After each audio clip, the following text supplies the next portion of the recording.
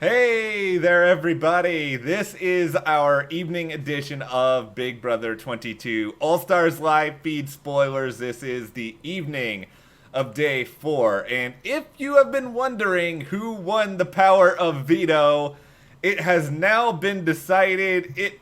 Actually, I was really honestly worried that this was not going to be over until like midnight, 1 a.m. Yeah, I was thinking that as well. But luckily, it got done in time. We're all awake for it still. Yes. It's good. We'll talk about who won. We'll talk a little bit about what the competition looks like it was, and maybe a little bit about the aftermath, because the veto winner, of course, may have a decision to make. But before we get into it, if you guys do like this video, give us a like, subscribe, hit that notification bell, and you can support us further. Just check those links in the description to the store, to our Patreon, where we're doing live chats at the end of every month. Okay, so in case you missed it, the players for the veto tonight were Cody, Keisha, Kevin, of course, and then we also had Tyler, Enzo, and Ian that were all playing as well. Yeah. So the winner is... Drum roll! Enzo. Yeah, and which was kind of surprising. One, because he like barely won anything at all during his season. He did come back extra buff, so I mean, I guess we were kind of thinking he might win something maybe.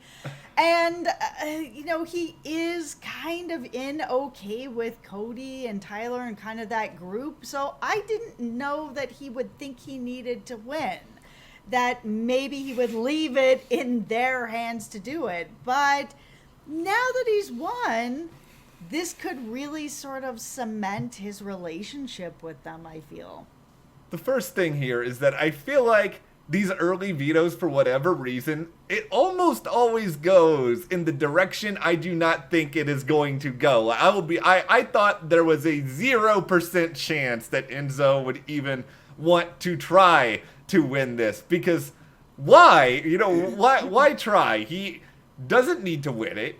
He's not in danger. And above all else, Kevin, for some still inexplicable reason to me, I mean, I think, we had a pretty good breakdown as to what it was, and you have some good ideas. I still don't know what Kevin was thinking, but now Kevin may expect somewhere in his heart that Enzo is going to play this for him.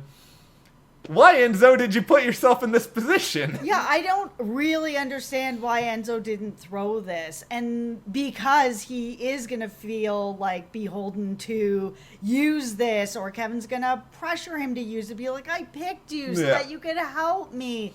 Like, I'm starting to kind of wonder if maybe there is something else kind of maybe brewing. Maybe they are just like, listen, like, we don't need to take you off. You're gonna be okay. You're not the target, because it did seem like Keisha's the target. So I don't know if that's gonna be enough to really satisfy Kevin, because he did choose him, and I wouldn't be that happy if I chose somebody thinking they were gonna help me and then they did not.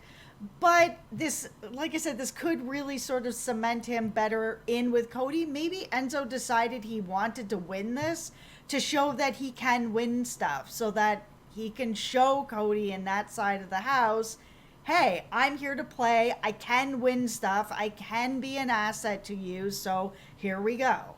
And I think that's probably why he did, to be honest. I think Enzo, clearly judging from his physical shape to some extent, I think he came in with something to prove a little bit. And I think in winning this, he can cement a better relationship with Cody. He can try to find a way to sort of show people that he can be useful, and also it's something he can kind of have on his resume. Because I remember back at the end of season 12, a lot of us on the outside of this were just like, Enzo, he's a waste of space. He doesn't win anything. Like, I knew Enzo had a good social game going on, but I remember that being a narrative where a lot of people just sort of felt like he was dragged to the end, or he was useless in challenges, and all of that was going down, and I'm sure Enzo heard it.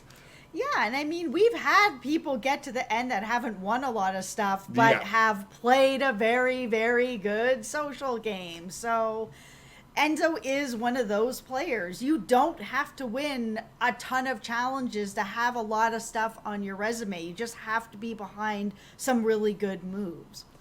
Okay, let's talk a little bit about this competition because it combines a number of different things. Number one, house guests scrambling in a short period of time, and number two, one of my personal favorites, terrible puns because You love that. all the house guests had on these shirts that said Peloton. It's like Peloton, those exercise bikes, but banana peels.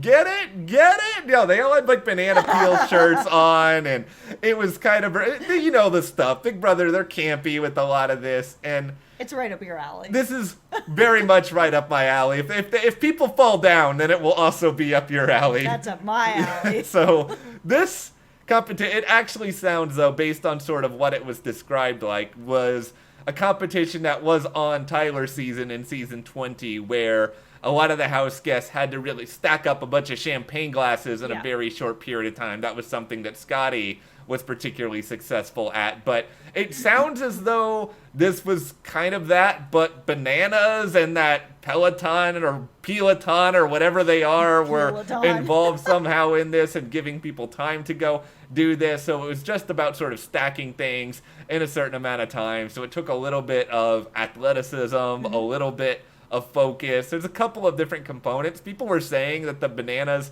were like especially tough, but I think here's one of the questions that I have, because we know that Big Brother 22 is probably going to have a weird sort of competition structure because of everything in the real world. For sure. Are they going to do a lot of sort of variations on established challenges? Because maybe, I don't know, it sounds like bananas, you can't make those out of the champagne glasses you've already made. No, but this is something that you can bring in and quickly assemble, disassemble sort of thing. Like, I'm kind of worried that some of the challenges that we all really love for vetoes, like OTEV and stuff like that, that takes up so much time and takes, I'm sure, a lot of people to come in and build that stuff, that we may not be seeing that stuff this season. I'm sorry. Oh, I have an idea. You take a cardboard cutout of Dan Giesling and you put it in the backyard and say, "Hi, I'm Dan, the cardboard OTEV," and then you just have cardboard Dan Giesling do the entire OTEV competition.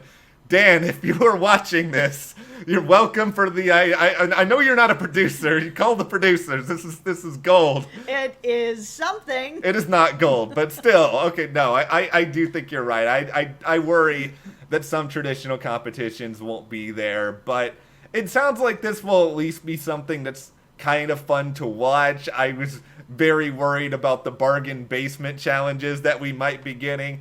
This week, house guests, you are playing Ring Around the Rosie to see, like, is there actually a winner to Ring Around the Rosie?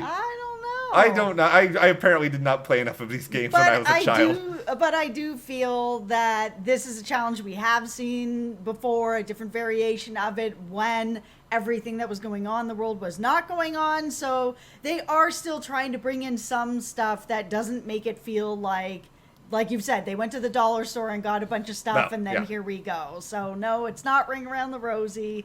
It is a real competition that we've seen. Yeah, and what sounds like it'll be fun to watch. Okay, so the other thing that was kind of happening with this is it seems like Ian was getting really ticked off during it. Yeah, this is one of those sort of things where I don't know if it will make the edit. Like, you hear this all the time, like, man, this person, they really didn't like this. They were cursing. They were getting having really a hard time. Yeah. Yeah, and so a lot of times it doesn't make it to air. Maybe Ian, it won't make it at the end, but it seems like Ian is not really having the best time in general right now. He relies on specific things, I think, to help him really focus. And he's talked a lot about this on the feeds already and talked about being on the spectrum and some various things that help him. And I know the hammock, for those of you who watched season 14, like, that was a real source of comfort. And I think not being able to go outside so far has been really difficult on him. Yeah, and I'm a little bit worried that because of the structure of everything, that this backyard is just really, they're not going to be able to open it up the way that they have in the past. Like, things are feeling like they are really locked down in this house. And I am worried about Ian, that it is going to end up getting really inside of him and that he's not going to have the things that he needs to be able to kind of focus and get through this. I'm hoping Yeah. that maybe if he talks to production, that maybe they can give him something that he can do to sort of get the time to go by in a different way for him to help him through this. I don't know what it could be. I mean, we had what was going on with the hammock that was helping him. Maybe there's something they could set up similarly for him in the house. I mean, you know, there's got to be a way. Yeah, and I think the longer the season goes along, I think he may be able to find some more things. They may be able to help him a little bit more. Yeah. I'm guessing the backyard's going to open eventually, but I think it used to be you got it for a big chunk of the week. And I feel like this season, with all the cleaning they're probably having to do, maybe they'll get it a couple of days a week. Maybe, if that. The thing that I'm a bit worried about with it is because they have so much crew in the backyard that they're trying to keep the contamination down. Yeah. So I am worried that even if they're like, oh, we pulled everything out, so now the backyard's open, is it 100% sort of safe, where it might be a little more safe to only have them in a little bit at a time? They're keeping the house completely free and just for them. I don't know how they're going to work it. Okay. But so far, no backyard, day 4. Yeah. Well, we'll see. Maybe there'll be some backyard action over the next few days. Hopefully it'll be safe. I'm sure it will be if they let them back there. Yep, but for sure. we're gonna talk about what all this means for the game. But first, to quote Julie Chen, Yep. I gotta talk about David because I keep forgetting to talk about David. I've been wanting to talk about this like 3 times, and it always slips my mind. Yeah, we mentioned this before earlier in the day that David's just kind of been a ghost. Yeah. Like, we haven't really seen him around. He's being a more sort of laying low, sort of a little more, talking a little bit, but definitely laying low. So low that we're kind of like, where is he? Like, we're not seeing it. We just want to see him more on the feeds, right? So where is he? And the thing is that David has been playing so clueless. Like, he has been legit. I saw David have a conversation earlier with Ian talking about not fully understanding the rules of the veto. And it's sort of, David, I know you were evicted first, but you were still in the house when there were veto competitions happening. Like, you can't. I knew at that moment, I was like, okay, clearly he's just trying to play dumb. Whoever's running his Twitter account kind of confirmed to some extent that is what he's doing. So for those of you wondering, maybe David may be a little bit clueless on some things, but he's not as clueless as he's coming across in the house right now. No, and the very little that we saw of him when he was playing, for the minute he was in the house, and then when he was in Camp Comeback, he is so perceptive on things, to be able to pick up things really quick. He does kind of fall back and people watch and sort of watch what's going on, just take in all this information, which is probably why he is as perceptive as he is, because he takes the minute to sit back and see what's happening. So it's a little hard to sort of believe that he doesn't really know what's going on. I think he probably knows what's going on more than a lot of people in the house.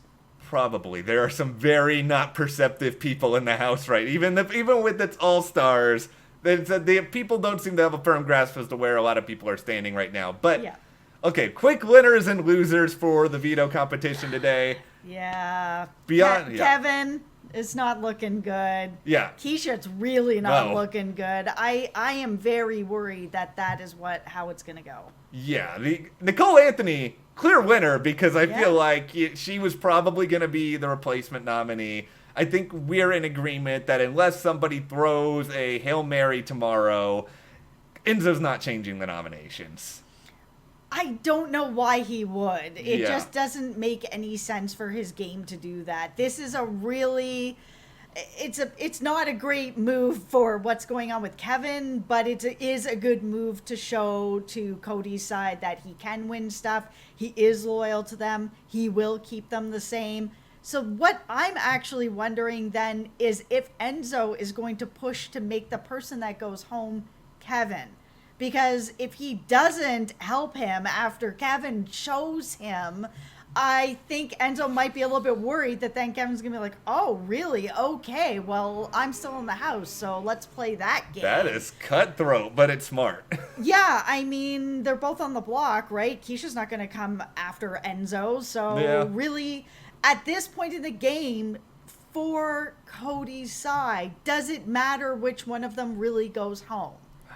And that's the honest truth right now, is that I think it's kind of leaning towards Keisha, but I could easily see this changing depending on what happens. I will admit there is a part of me that sort of wonders, will Nicole F go so far as to try to convince Cody and Enzo to use it so that Nicole A can go on the block? I don't think that's going to happen, not right now. I don't think so. I think she'll wait to take her shot because I just worry because they're so solid and they do have a lot of physical people on their side that they're just going to win the HOH again next week, and then we're going to sort of be back in the same spot again, because that seems to always be how it goes, is that the people that are in power end up being in power for the first couple weeks and they just pick everybody off. Please, Big Brother gods, give us some goods. Give us some sides going forward. Give us a Janelle or a KAYSAR HOH. Like, let's mix it up. Yeah. Let's have some fun.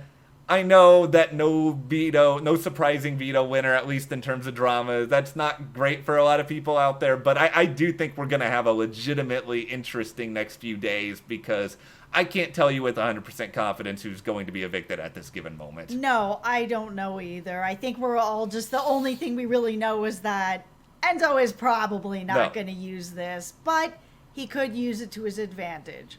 So congratulations to Meow Meow, which, are you glad that you have not heard the phrase the Meow Meow expressed much on the feed so far? Yeah, I mean, I'm actually kind of surprised. That was kind of his thing, but, you know, my winner's pick is doing all right. My winner's pick may be going home on Thursday, but poor Kevin. Okay. Kevin. What do you guys think about Enzo winning the veto? Would you use it? Where do you think things are going from here? Share in the comments, and if you did like this video, give us a like, subscribe, and you can support us further by checking that link in the description to the store and also the one to the Patreon, and we'll see you here next time.